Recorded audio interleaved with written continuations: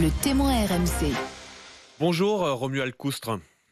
Bonjour. Vous êtes le manager général du BCM Gravelines Dunkerque, un club historique du basket français. Merci d'être avec nous en direct ce matin. Malgré les terribles circonstances, hier après-midi, votre salle de 3000 places a été ravagée par un gigantesque incendie. Qu'est-ce qui reste ce matin de la salle ? Plus rien du tout. Voilà. Tout est parti en fumée, pas seulement la salle de basket, mais le complexe sportif entier. Puisque Sportica, c'était pas seulement une salle de basket, c'était une piscine, c'était un dojo, c'était un plateau multisport événementiel, une cafétéria. Tout est parti en fumée. Oui, parce que vous le dites bien, c'est un complexe sportif. Le maire évoque un problème technique au niveau de la piscine qui jouxte la salle. Est-ce qu'on a une idée un peu plus précise ce matin de l'origine du sinistre ? Non, pas encore. Alors c'est vrai que c'est parti de la piscine et que le premier incendie est parti de là. Donc je pense qu'une enquête sera diligentée et qu'elle pourra nous éclairer sur la raison. Mais effectivement, c'est... Vous parliez de sidération il y a quelques minutes, c'est exactement le terme. Oui, on entend votre émotion ce matin, Romuald Coustre. Parce qu'il faut bien préciser, pour ceux qui ne connaissent pas forcément Gravelines, cette salle, elle est mythique, quoi. Ce sont des décennies de souvenirs pour les supporters de basket, mais pas que, pour tous les habitants.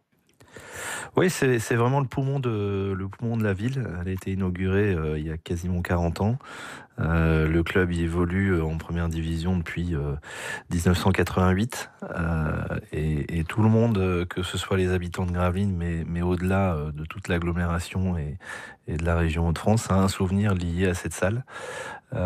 Parce qu'on y a appris à nager, parce qu'on y a vécu les premières émotions d'un match de basket professionnel, parce qu'on y a fait une compétition de judo, parce que voilà, tout le monde a un souvenir marquant de cette salle. Et justement, Romuald Coustre, vous êtes, je le rappelle, le manager général du club de Gravelines. J'aimerais qu'on accueille Philippe au 32-16. Philippe qui nous appelle directement de Gravelines. Bonjour Philippe.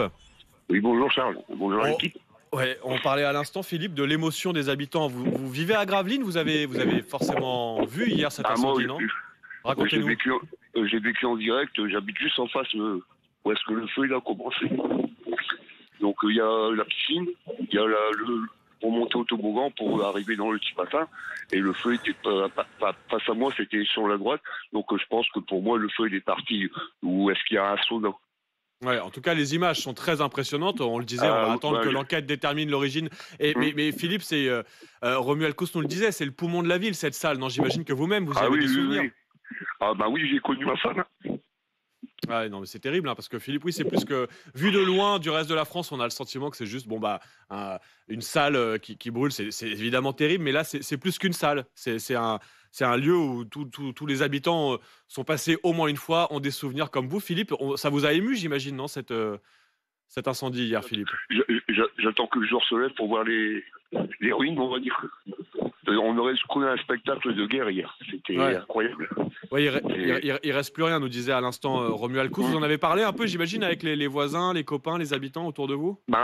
J'ai appelé mes collègues de travail qui, eux, habitaient un peu plus loin, qui voyaient ça aussi de chez eux, la fumée, tout ça. C'était la nuit en plein jour à un moment donné. Ouais. C'était noir de chez noir. Et les pompiers sont encore sur place. Là. Oui, ce matin, les pompiers sont encore sur place, évidemment. Je reviens vers vous, Romuald Coustre, parce qu'on entend l'émotion là, de Philippe.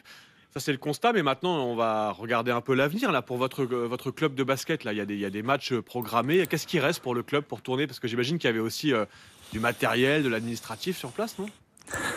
Il ne reste plus grand-chose.